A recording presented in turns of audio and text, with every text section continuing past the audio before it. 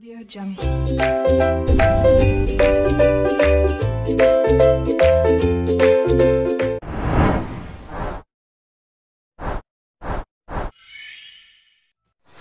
Assalamualaikum warahmatullahi wabarakatuh. Halo semuanya, perkenalkan nama saya Atika Dia Ismail Putri. Saya mahasiswi Pendidikan Fisika Universitas Sultan Ageng Tirtayasa. Video ini dibuat untuk memenuhi tugas Citizen Project dari mata kuliah Pendidikan Kewarganegaraan dengan dosen pengampu yaitu Bapak Ihman Nurrahman, Magister Pendidikan. Pada video ini, saya akan menjelaskan materi mengenai wawasan Nusantara. Materi yang akan saya jelaskan melalui PowerPoint yang akan ditampilkan setelah ini. Mohon videonya disimak dengan baik ya. Baik, saya akan memulai untuk menjelaskan materi mengenai wawasan Nusantara. Sudah diketahui sebelumnya, saya Atika Dia Ismail Putri dengan NIM 2280190037. Nah, sekarang kita lanjut aja ke materinya yang akan dibahas untuk mempersingkat waktu. Materi yang pertama ini akan membahas mengenai pengertian dari wawasan Nusantara. Nah, di sini kita bagi menjadi dua pengertian. Yang pertama ini secara terminologis. Secara terminologis, wawasan Nusantara adalah pandangan bagi Indonesia terhadap lingkungan tempat berada termasuk diri bangsa Indonesia itu sendiri. Nah, diri bangsa Indonesia itu sendiri adalah masing-masing individu dari kalian yang memiliki pandangan terhadap wilayah tempat kalian tinggal atau pandangan terhadap diri kalian sendiri. Misalnya nih, saya tinggal di Tangerang. Nah, Tangerang ini merupakan kota yang dikenal sebagai kota 1000 industri dan jasa. Nah, dari situ saya dapat mengetahui dan saya dapat memiliki pandangan terhadap tempat tinggal saya. Nah, yang kedua ini ada secara etimologi. Secara etimologi, kata wawasan Nusantara berasal dari dua kata. Yang pertama ini ada kata wawasan dan yang kedua adalah kata Nusantara. Nah, wawasan itu dari kata wawas atau dari bahasa Jawa yang artinya pandangan. Sedangkan kata Nusantara ini merupakan gabungan dari kata Nusa dan Antara. Nah, yang artinya ini pulau dan pulau kalau yang Nusa.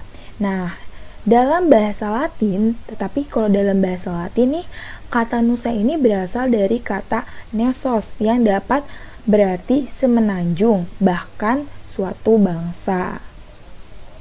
Lanjut saja masih ke pengertian dari wawasan Nusantara, tetapi sekarang ini menurut para ahli atau lembaga. Nah, yang pertama ini ada dari Hasnan Habib. Menurut Hasnan Habib, wawasan Nusantara adalah kebulatan wilayah nasional termasuk satu kesatuan bangsa, satu tujuan dan tekad perjuangan, dan satu kesatuan hukum, satu kesatuan sosial budaya, satu kesatuan ekonomi, dan satu kesatuan hankam. Nah, yang kedua ini ada dari Wan Usman. Menurut Wan Usman, wawasan Nusantara adalah cara pandang bangsa Indonesia mengenai diri dan tanah airnya sebagai negara kepulauan dengan semua aspek kehidupan yang beragam. Nah, yang terakhir ini menurut lembaga dari MPR. Nah, tahun 1998. Wawasan Nusantara ini adalah cara pandang dan sikap bangsa Indonesia mengenai diri dan lingkungannya dengan mengutamakan persatuan dan kesatuan bangsa serta kesatuan wilayah dalam penyelenggaraan kehidupan bermasyarakat, berbangsa, dan bernegara. Karena itu, kita bisa dapat menyimpulkan bahwa wawasan Nusantara adalah cara pandang bangsa terhadap diri dan lingkungan tempat hidup bangsa yang bersangkutan. Lanjut saja ke materi berikutnya, ini mengenai tujuan dari wawasan Nusantara. Nah, tujuannya ini dibedakan menjadi dua. Yang pertama itu ada tujuan nasional. Tujuan nasional itu sesuai dengan pembukaan di Undang-Undang Dasar 1945. Yang tujuan kemerdekaan Indonesia adalah untuk melindungi segenap bangsa Indonesia dan seluruh tumpah darah Indonesia, dan untuk mewujudkan kesejahteraan umum, mencerdaskan kehidupan bangsa, dan ikut melaksanakan ketertiban dunia yang berdasarkan kemerdekaan, perdamaian abadi, dan keadilan sosial. Nah, yang kedua ini ada tujuan ke dalam. Maksudnya ini adalah mewujudkan kesatuan segenap aspek kehidupan bagi alamiah maupun sosial. Dengan kata lain, tujuan bangsa Indonesia ini adalah menjunjung tinggi kepentingan nasional serta kepentingan kawasan untuk menyelenggarakan dan membina kesejahteraan, kedamaian, dan budi luhur serta martabat manusia di seluruh dunia.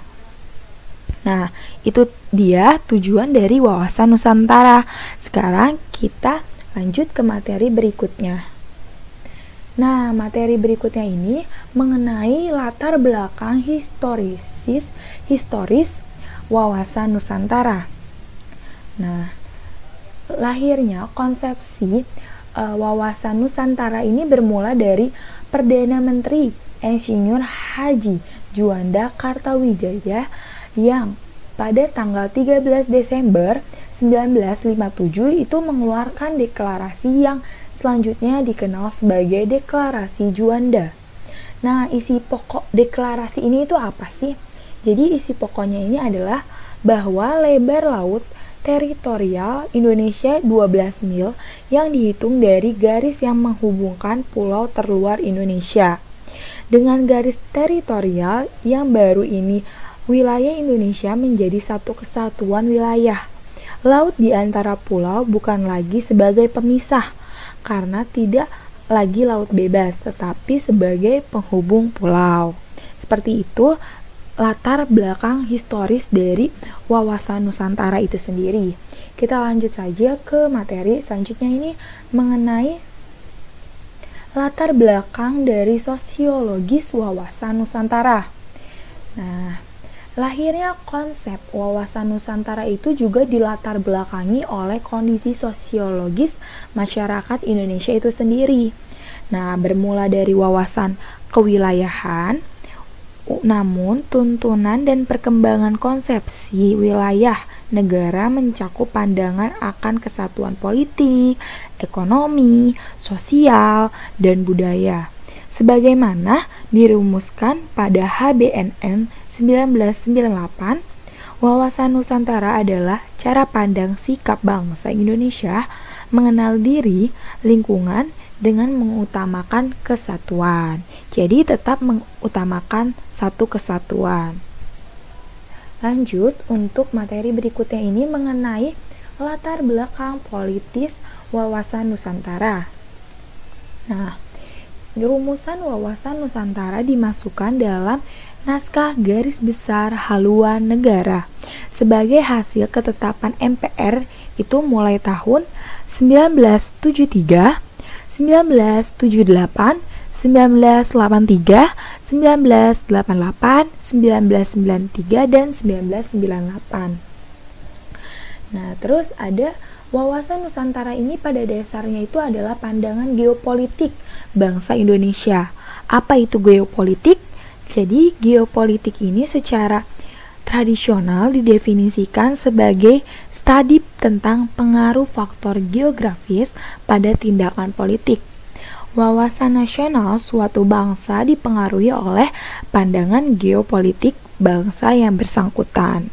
Seperti itu dari latar belakang politis wawasan Nusantara. Lanjut saja untuk materi berikutnya ini mengenai Esensi dan urgensi wawasan Nusantara. Yang pertama, kita akan bahas mengenai esensi dulu dari wawasan Nusantara. Nah, esensi atau hakikatnya. Nah, wawasan Nusantara adalah kesatuan wilayah dan persatuan bangsa Indonesia. Nah, mengapa perlu kesatuan wilayah? Karena wilayah itu harus merupakan satu kesatuan, tidak lagi terpisah-pisah oleh adanya lautan bebas. Nah, yang kedua ini kita akan membahas mengenai urgensi dari wawasan Nusantara itu sendiri.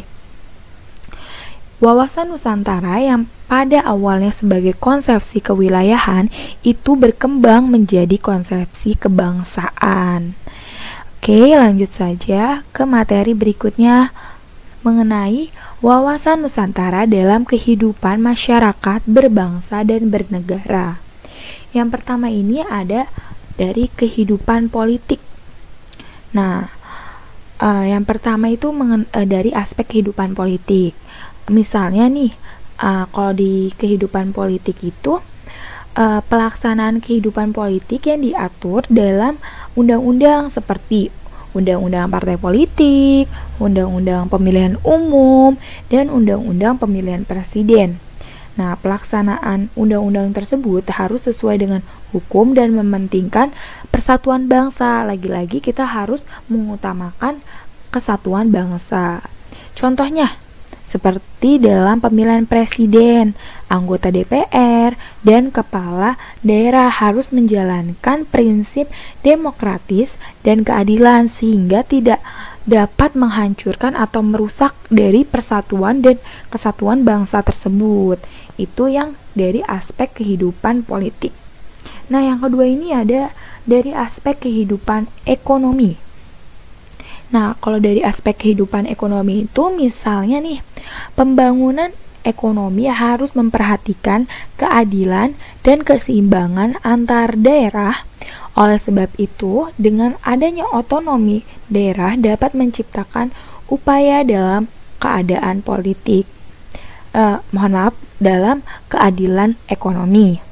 Nah, yang ketiga ini ada dari aspek kehidupan sosial budaya. Nah, aspek kehidupan sosial dan budaya ini misalnya pengembangan budaya Indonesia untuk melestarikan kekayaan Indonesia serta dapat dijadikan kegiatan pariwisata yang memberikan sumber pendapatan nasional maupun daerah. Contohnya apa? Contohnya itu ada pelestarian budaya, pengembangan museum, dan cagar budaya. Nah, materi selanjutnya ini mengenai penerapan wawasan Nusantara dapat dilakukan dalam kehidupan sehari-hari. Jadi kita sudah membahas pengertian dari wawasan Nusantara itu apa, terus latar belakangnya apa saja. Nah, sekarang kita memahami nih apa yang harus kita lakukan supaya penerapan wawasan Nusantara ini dapat dilakukan di kehidupan kita sendiri. Yang pertama ini ada menjadikan falsafah Pancasila sebagai pedoman hidup bernegara dan bermasyarakat. Nah, hal ini bisa dilakukan nih dengan tindakan nyata sehari-hari yang mencerminkan nilai-nilai religius, kekeluargaan, dan menjaga persatuan sesuai dengan Pancasila. Nah, itu yang pertama. Nah, yang kedua ini ada sikap cinta tanah air. Nah, diwujudkannya dengan apa? Dengan mengutamakan kepentingan bangsa dan negara di atas kepentingan pribadi, golongan, dan agama. Jadi kita harus mementingkan, mengutamakan kepentingan bangsa kita dulu ya. Nah, yang ketiga ini ada mewujudkan pembangunan bangsa dengan tindakan nyata dan prestasi. Misalnya ini menunjukkan rasa cinta tanah air ketika mewakili negara Indonesia di forum-forum internasional gitu. Nah, sekian materi yang dapat saya sampaikan. Terima kasih. Selalu jaga kesehatan dan tetap di rumah ya. Nah, itu dia penjelasan yang dapat saya sampaikan mengenai wawasan Nusantara. Semoga informasi yang diberikan pada video ini dapat menambah wawasan kalian semua ya. Mohon maaf jika ada pemilihan kata yang kurang tepat dan mohon untuk dikoreksi. Sekian dari saya, selalu jaga kesehatan dan tetap bersemangat. Wassalamualaikum warahmatullahi wabarakatuh.